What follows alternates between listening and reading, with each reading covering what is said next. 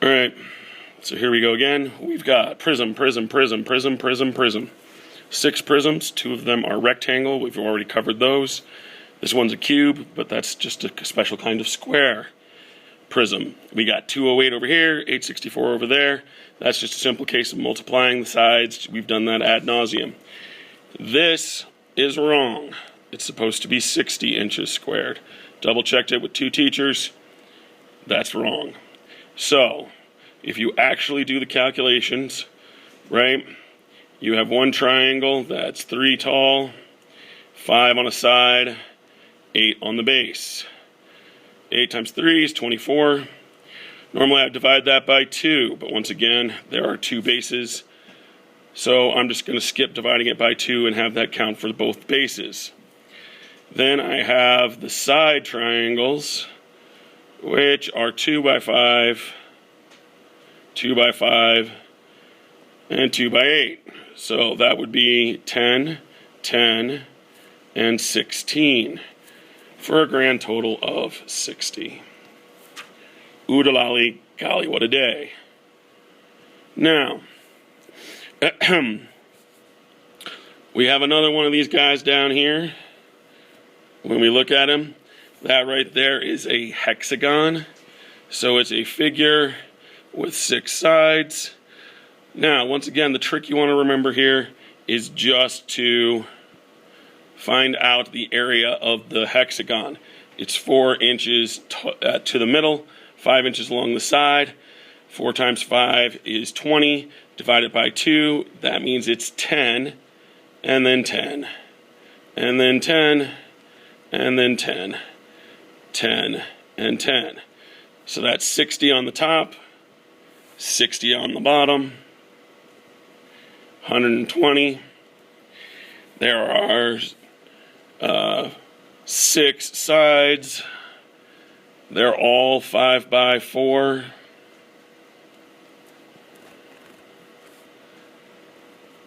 So if they're all 5 by 4, that's 20, 20, 20, 20, 20, 20. That's 300. No. Hold on. 5 times 4, 26.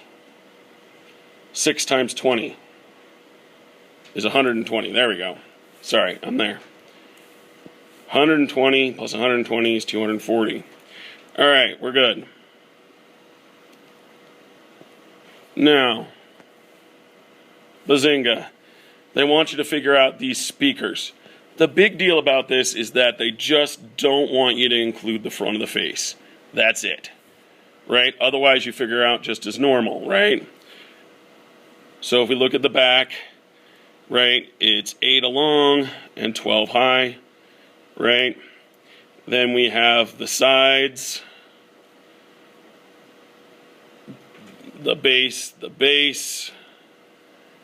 and the other side. Now, normally we draw one over here as well to cover the front, but we don't have to because they're speakers, therefore the front isn't made out of wood. That's where the sound comes out. So then you just figure these out as you would normally, right? So this is an 8 by 8, which is 64, 64, right? This is a 12 by 8, which is 96, 96, 96. You add all these up, and then you multiply it by 2 because there are 2 squares. Your end result is 832 inches squared. Now, the last one is kind of a pain in the neck because they want you to look at all of the shapes, right? But they're not all complete prisms. For instance, right, you've got this shape, which is this side, this top, and the far side, right? So that's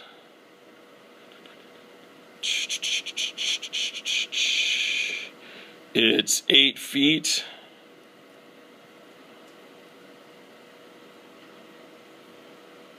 Right? Then there's a section on the middle, the top of it. Right? This is 8 by 8. 8 by 10. And then another 8 by 8 up here, which won't quite fit, but it's 8 by 8.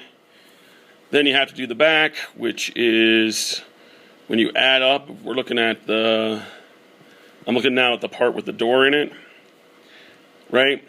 That's 4 feet, 8 feet, that's 12 feet by 10 feet.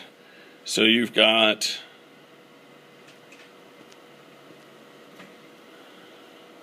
one big part with the door in it. That is 12 feet by 10 feet. That's another 120, right? Then you want to do this side here, along with this side here, right? That's 4 feet by 16 feet, 4 times 16, 64. Double that because there's one on both sides. You get 128 feet squared, right? That also goes into the total. Then we got to do this front side, which you got 10 feet by 4 feet, so that's another 40 feet, right?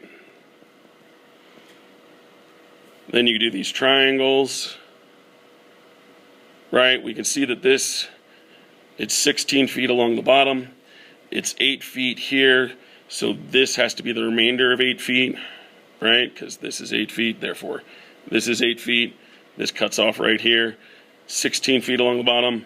This has to be 8 feet, so we've got 8 feet, and then it's up another 8 feet to match the 8 feet over here, and then it's a triangle. So we got a triangle, 8 by 8, 64. Once again, I could divide it by 2, but since there are triangles on either side, here and here, I'm just going to leave it 64 and save myself the trouble.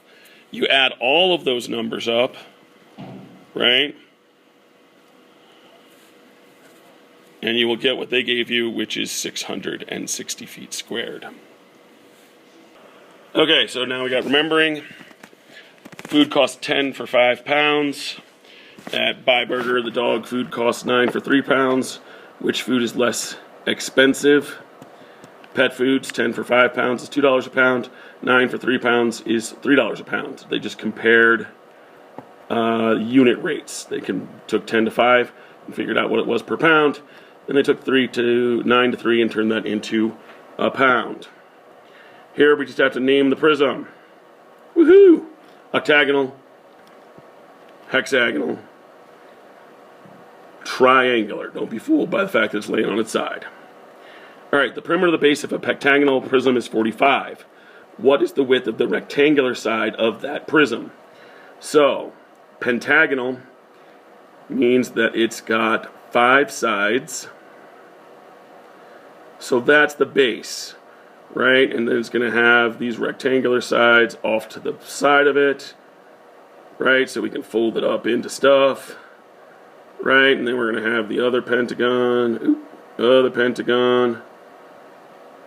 over there, right? I know it's not a pretty picture of a pentagon, but just go with me, right? So if this is 45 all the way around the outside, right? 45, bing, bing, bing, bing, bing, and it's got the same number on each side, then it's 45 divided by 5, which is 9 centimeters. And done. The area of a base of a triangular prism is 60 feet. That means the triangle is 60 feet squared. The height of the prism is 3 feet. Okay, so that means all the sides that come off of it are going to be 3 feet. If the widths of the regular rectangle faces are 8 feet, 15 feet, and 17 feet, what is the surface area of the triangular prism? Bang, bang, bang.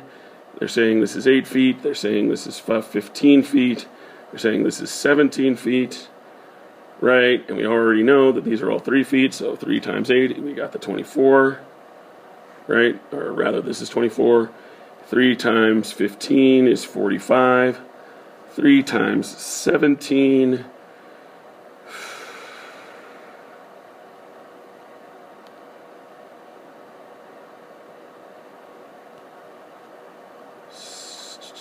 3 times 17, I think that's 61.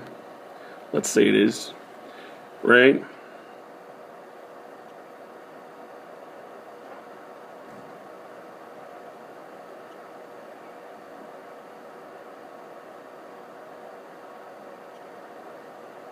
So we double them all. We double up the triangle for the other base, add them all together, it's 240 feet.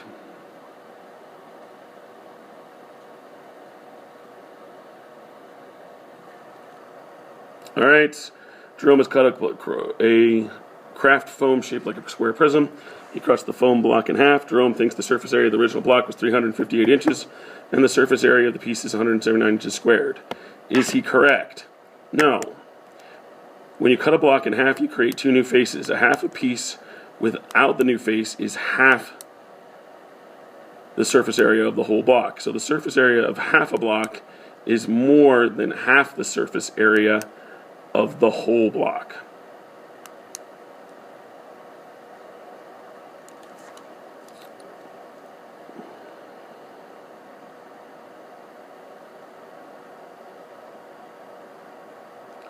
So what they're saying when you do that, if you take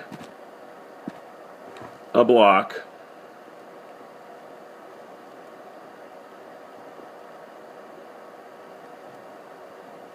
right, and then you cut it in half, what you're going to end up with is 2 blocks, right?